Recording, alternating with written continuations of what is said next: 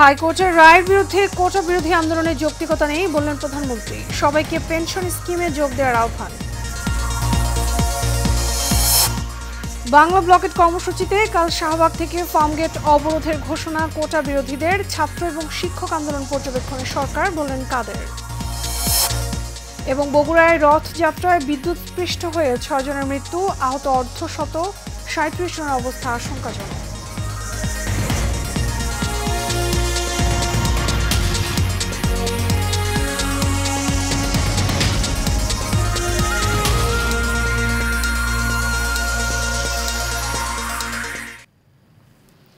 স্বাগত Asian prime নিউজে, আপনাদের সঙ্গে আছি আমি মিতা মৌসুমী। শুনছেন বিআরবি কেবল ইন্ডাস্ট্রিজ লিমিটেড সংবাদ শিরোনাম। এবারে চলে যাব বিস্তারিত সংবাদে। কোটা আন্দোলনের কোনো যৌক্তিকতা নেই উল্লেখ করে প্রধানমন্ত্রী শেখ হাসিনা বলেছেন, আন্দোলনের নামে শিক্ষার্থীরা অযথা সময় নষ্ট করছে। যুব মহিলা লীগের প্রতিষ্ঠা বার্ষিকীতে গণভবনের শুভেচ্ছা বিনিময় অনুষ্ঠানে শেখ হাসিনা আরও বলেন, বিএনপি যে আমাদের অত্যাচার নির্যাতন যেন আর ফিরে না আসে সে বিষয়ে সবাইকে সজাগ এবং সচেতন থাকতে হবে। এইচএমএর রিপোর্ট। আওয়ামী লীগের সহযোগী সংগঠন যুব মহিলা লীগ 2002 সালে প্রতিষ্ঠার পর থেকে পার হয়েছে 22 বছর। সংগঠনের প্রতিষ্ঠাবার্ষিকী উপলক্ষে কেন্দ্রীয় এবং মহানগরের নেতাকর্মীদের সাথে গণভবনে প্রধানমন্ত্রীর এই শুভেচ্ছা বিনিময় অনুষ্ঠান।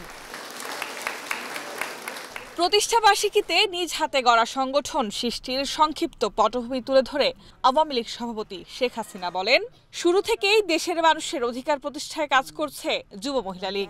আসলে ওরা মানুষ ছিল না, ওরা জানোয়ারের থেকে অধম ছিল, আমি এটা বলবো। তারপর সকল বাধা অতিক্রম করে প্রত্যেকটা সংগ্রামে যখন আমি জনগণের ভোটের অধিকার, ভাতের অধিকার প্রতিষ্ঠা আন্দোলন করেছি, জনগণের অধিকার আদায়ের জন্য আন্দোলন করেছি, তখন যুব মহিলা লীগ সবসময় রাজপথে থেকে সেই আন্দোলন সংগ্রামে বলিষ্ঠ ভূমিকা রেখেছেন। এ সময় বিএনপির সমালোচনা করে সরকার প্রধান বলেন, ভোট চুরির দায়ে রাষ্ট্র ক্ষমতা ছাড়তে হয়েছিল খালেদা জিয়াকে। 96 সালে 15 ফেব্রুয়ারি এই খালেদা জিয়া একেবারে কোনো ভোটারবিহীন নির্বাচন করে ক্ষমতা থেকে খুব গর্ব করে বলেছিল সে ক্ষমতায় এসেছে। কিন্তু বাংলাদেশের মানুষ কিন্তু ভোট চোরদের ক্ষমতা রাখেনি। মাত্র 1.5 মাসের মধ্যে, অর্থাৎ 15 ফেব্রুয়ারি ওই ভোট চুরি করে ক্ষমতায় বসছিল, 30 মার্চ তাকে পদত্যাগ করতে বাধ্য হয়েছিল। সেটাও আমাদের আন্দোলন সংগ্রামের ফলেই জনগণের ভোটের অধিকার আমরা পুনরুদ্ধার করতে পেরেছিলাম।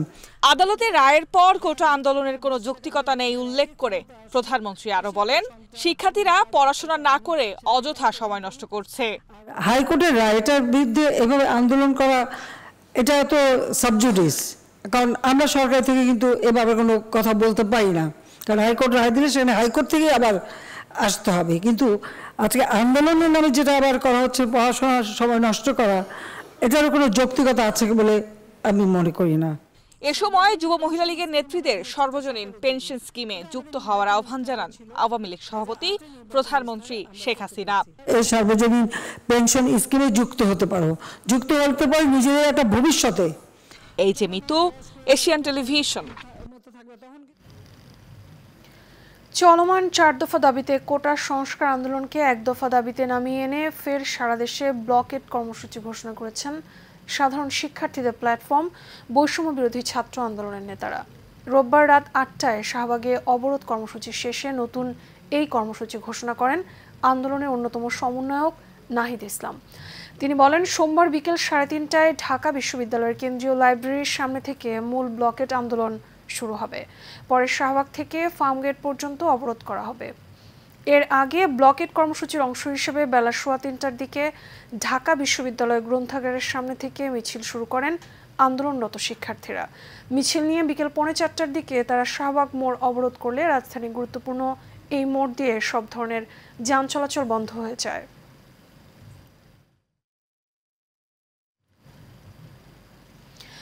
পেনশন স্কিম নিয়ে বিশ্ববিদ্যালয়ের শিক্ষকদের আন্দোলন এবং কোটা নিয়ে শিক্ষার্থীদের আন্দোলন সরকার গভীরভাবে পর্যবেক্ষণ করছেন বলে জানিয়েছেন সড়ক পরিবহন ও সেতুমন্ত্রী এবং বাংলাদেশ আওয়ামী লীগের সাধারণ সম্পাদক ওবায়দুল কাদের। সচিবালয়ে সড়ক পরিবহন এবং মহাসড়ক বিভাগের কর্মকর্তা কর্মচারীদের শুদ্ধাচার পুরস্কার বিতরণ অনুষ্ঠানে সাংবাদিকদের এক প্রশ্নের জবাবে তিনি কথা বলেন। পেনশন স্কিম এবং কোটা নিয়ে পাবলিক বিশ্ববিদ্যালয়গুলোতে স্থবিরতা চলছে, সে বিষয়ে কি ভাবছেন জানতে চাইলে ওবায়দুল কাদের বলেন, সরকার বিষয়টি গভীরভাবে পর্যবেক্ষণ করছে, সময় মতো সমাধান হয়ে যাবে।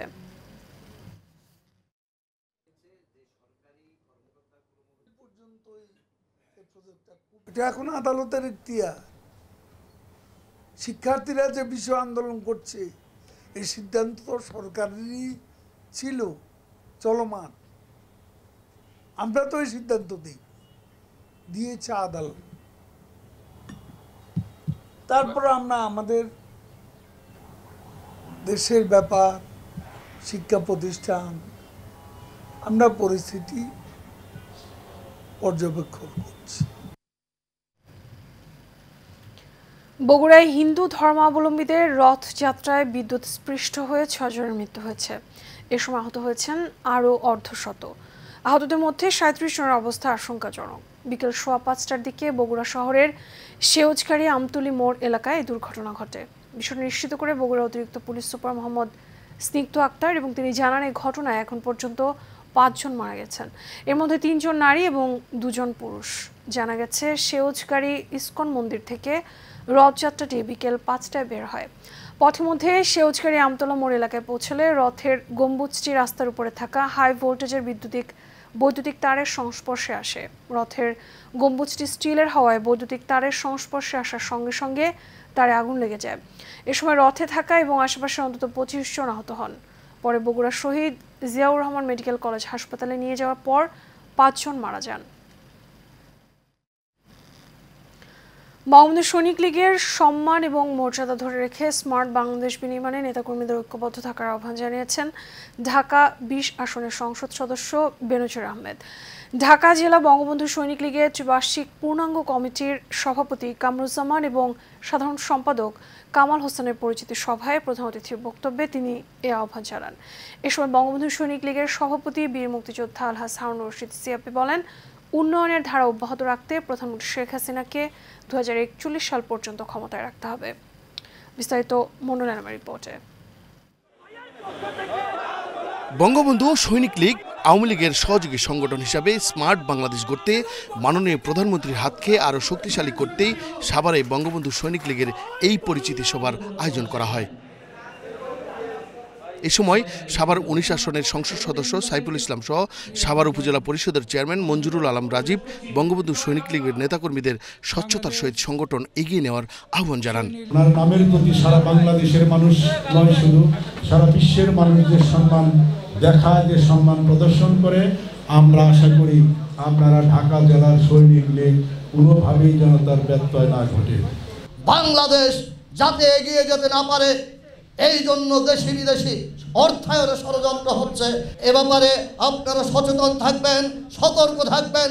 প্রয়োজনে আপনারা বঙ্গবন্ধু শেখ মুজিবুর রহমানের নামের সংগঠন করেন, প্রয়োজনে বঙ্গবন্ধুর নামে প্রাণ দিতে প্রস্তুত থাকবেন। আপনারা অন্যায় করবেন না এবং কাউকে কোনো অন্যায় করতে দিবেন না, এটা আমাদের প্রতিশ্রুতি থাকবে। পরিচিতি সভায় বঙ্গবন্ধু সৈনিক লীগের সভাপতি, এশিয়ান টেলিভিশন ও এশিয়ান গ্রুপের চেয়ারম্যান বীর মুক্তিযোদ্ধা আলহাজ হারুন রশিদ সিআইপি প্রধানমন্ত্রীর দীর্ঘায়ু কামনা করে বঙ্গবন্ধু সৈনিক লীগের কোনো নেতাকর্মীদের দিয়ে দল কলঙ্কিত হলে তাকে ছাড় না দেওয়ার হুঁশিয়ারি দেন তিনি। জাতির পিতা শেখ মুজিবুর রহমানের টঙ্গিপাড়া যদি জন্ম না হয়তো তখন সৈনিক লীগ হয়তো না। তার জন্ম হওয়াতে আজকে আমরা সৈনিক লীগ পেয়েছি। সারা বাংলাদেশে আনাচে কানাচে সৈনিক লীগ পৌঁছে গেছে। ইনশাল্লাহ 2025-এর ভিতরে অনেক সৈনিক লীগ ইনশাল্লাহ আমাদের অন্য অন্য সংগঠনের থেকে কোনো অংশ কম হবে না। দোয়া করবেন আল্লাহর কাছে, আল্লাহ আমার মাননীয় প্রধানমন্ত্রী যেন কোনো আর বিপদ আপদ না আসে, এই 5টি বছর যেন ভালোভাবে চালাতে পারে, সেজন্য আল্লাহর কাছে দোয়া করেন। তাহাজ্জুদ নামাজ পড়ে আমার মাননীয় প্রধানমন্ত্রী এবং 5 ওয়াক্ত নামাজ পড়ে আপনার একটু পয়রা আল্লাহর কাছে দোয়া করবেন মাননীয় প্রধানমন্ত্রীর জন্য। আগামী দিনে যেন আমরা সৈনিক লীগের কোনো যেন একটি অন্যায় না শুনি, কোনো যেন আমাদের এই সাভার এলাকায় বঙ্গবন্ধু সৈনিক লীগ আনাচে কানাচে আমাদের পাশে যে মন্ত্রী সাহেব আছে, এমপি সাহেব আছে, বন্ধু বেনজি ভাই তার কাছেও যাবেন, কিভাবে সংগঠনকে এগিয়ে নেওয়া যায় এই সাভার এলাকা থেকে সে চেষ্টা করবেন। এ সময় প্রধান অতিথির বক্তব্যে ঢাকা বিশাসনের সংসদ সদস্য বলেন, বঙ্গবন্ধুর নামের সাথে জড়িত সংগঠনের সাথে ঢাকা জেলা সহ সবাই একসাথে বঙ্গবন্ধু সৈনিক লীগের পাশে থাকবে। ঢাকা জেলায় আপনার এই সংগঠনকে শক্তিশালী করার জন্য আমরা যারা আছি, আমরা ঢাকা জেলা আওয়ামী লীগ এবং সকল এমপি মন্ত্রী মহোদয় সবাই মিলে আপনাদের এই সৈনিক লীগের পিছনে আমরা আমাদের যতটুকু সাধ্য ততটুকু আমরা করে যাব। নেতৃত্বটাকে আপনারা যথাযোগ্য মর্যাদাটা আপনারা দিবেন। হারুন ভাই এখানে আছেন, তার সম্পর্কে তিনি কত বড় মাপের মানুষ সেটা তো তার কর্মদক্ষতা দিয়েই, তার পরিচয় দিয়েই সেটা আপনারা জানতে পারেন। এখন তিনি আসছেন রাজনীতির মাঠে সরাসরি, সবসময় তিনি আছেন আমাদের সাথে। হারুন ভাইয়ের সাথে যখন আমার পরিচয় ছিল না, দেখতাম যে আমি বঙ্গবন্ধুর মাননীয় প্রধানমন্ত্রীর প্রত্যেকটা অনুষ্ঠানে হারুন ভাইয়ের ছবি ক্যামেরাতে আসে। তা আমার একটা ছিল যে এই ভদ্রলোক, ওনাকে তো কোনো আওয়ামী লীগের কোনো বড় পদেও দেখতেছি না, কোনো সংগঠনের কোনো বড় পদ উনি নাই, তাহলে ওনার পরিচয়টা কি? সেই 20 বছর আগে আমি জানতে পারছি যে উনি একজন বীর মুক্তিযোদ্ধা, একজন সিআইপি এবং বারবার রাষ্ট্রীয় পদকপ্রাপ্ত পাওয়া একজন ব্যক্তি।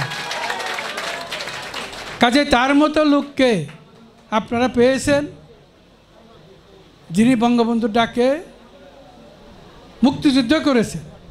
এর চাইতে বড় সংগঠক আর কে হতে পারে? সবাই বঙ্গবন্ধু সৈনিক লীগের কেন্দ্রীয় নেতাকর্মীরা উপস্থিত ছিলেন। আমাদের নেতা হারুন ভাই একটি কথা বলেছে, বঙ্গবন্ধু সৈনিক লীগে যারা করবে কোনো মাদকাসক্তির স্থান নেই। Mondal Enam, Asian television, Dhaka. এবার সারা বাংলা।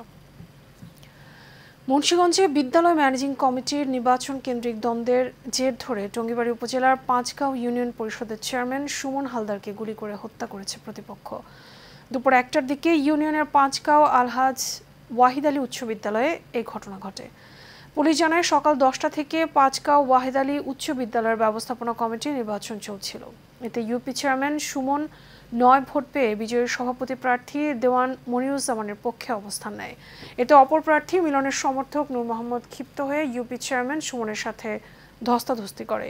এক পর্যায়ে বুকে গুলি করে পালিয়ে যায়। পরে সুমনকে উদ্ধার করে ঢাকা মেডিকেল কলেজ হাসপাতালে নেওয়া হলে চিকিৎসক তাকে মৃত ঘোষণা করেন।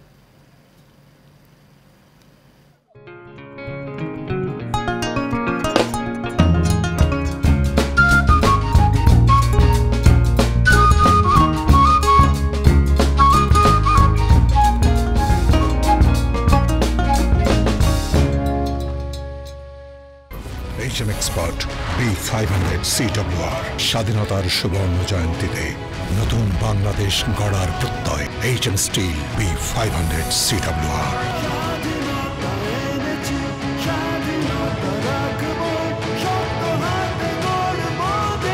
HM steel. এবার HM স্টিল চট্টগ্রাম সংবাদ। পররাষ্ট্রমন্ত্রী ডক্টর হাসান মাহমুদ বলেছেন, সব দেশের সাথে সুসম্পর্ক বজায় রেখে দেশকে এগিয়ে নিয়ে যেতে চাই। চট্টগ্রাম প্রেস ক্লাবের বঙ্গবন্ধু হলে প্রীতি সাংবাদিক সম্মেলন এবং সাংস্কৃতিক অনুষ্ঠানের প্রধান অতিথির বক্তব্যে তিনি কথা বলেন। বাংলাদেশ ফেডারেল সাংবাদিক ইউনিয়ন চট্টগ্রাম বিভাগ এই প্রীতি সম্মেলনের আয়োজন করে। বিএফইউজের সভাপতি ওমর ফারুকের সভাপতিত্বে এবং যুগ্ম মহাসচিব মহসিন কাজীর সঞ্চালনে অনুষ্ঠানে বিশেষ অতিথি ছিলেন অর্থ প্রতিমন্ত্রী ওয়াসিকা আয়েশা খান, শ্রম এবং কর্মসংস্থান প্রতিমন্ত্রী বীর মুক্তিযোদ্ধা নজরুল ইসলাম চৌধুরী, চট্টগ্রাম সিটি কর্পোরেশনের মেয়র বীর মুক্তিযোদ্ধা রেজাউল করিম চৌধুরী, প্রধানমন্ত্রীর সাবেক তথ্য উপদেষ্টা ইকবাল সুবহান চৌধুরী সহ আরও অনেকে।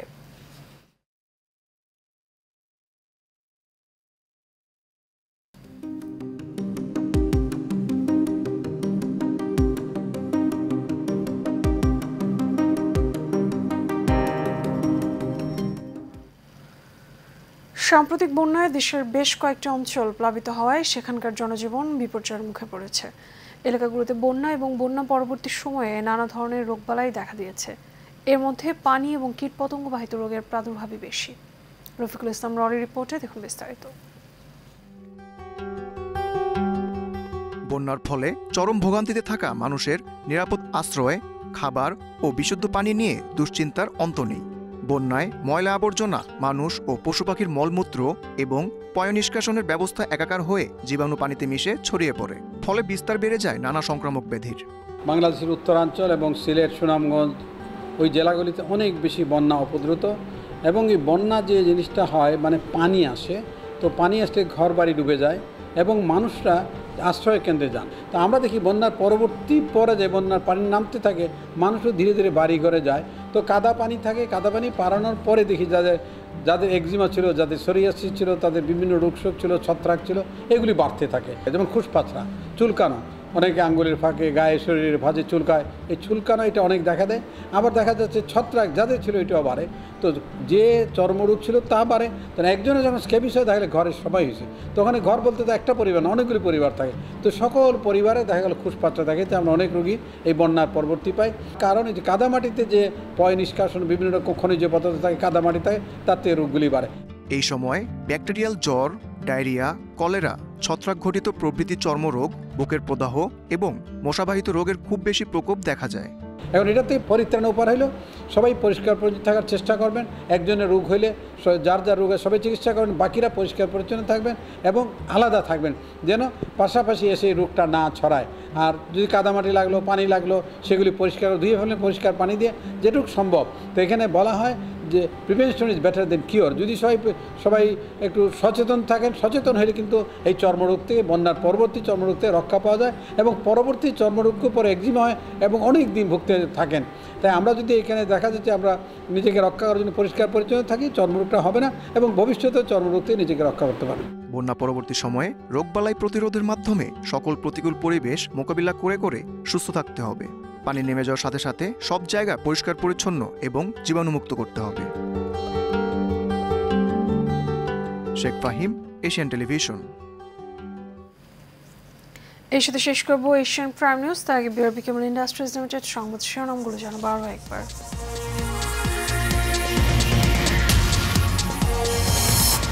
হাইকোর্টের রায়ের বিরুদ্ধে কোটা বিরোধী আন্দোলনে যৌক্তিকতা নেই বললেন প্রধানমন্ত্রী। সবাইকে পেনশন স্কিমে যোগ দেওয়ার আহ্বান। বাংলা ব্লকেট কর্মসূচিতে কাল শাহবাগ থেকে ফার্মগেট অবরোধের ঘোষণা। কোটা বিরোধীদের ছাত্র এবং শিক্ষক আন্দোলন পর্যবেক্ষণে সরকার, বললেন কাদের। এবং বগুড়ায় রথযাত্রায় বিদ্যুৎ স্পৃষ্ট হয়ে 6 জনের মৃত্যু, আহত অর্ধশত, 37 জনের অবস্থা আশঙ্কাজনক।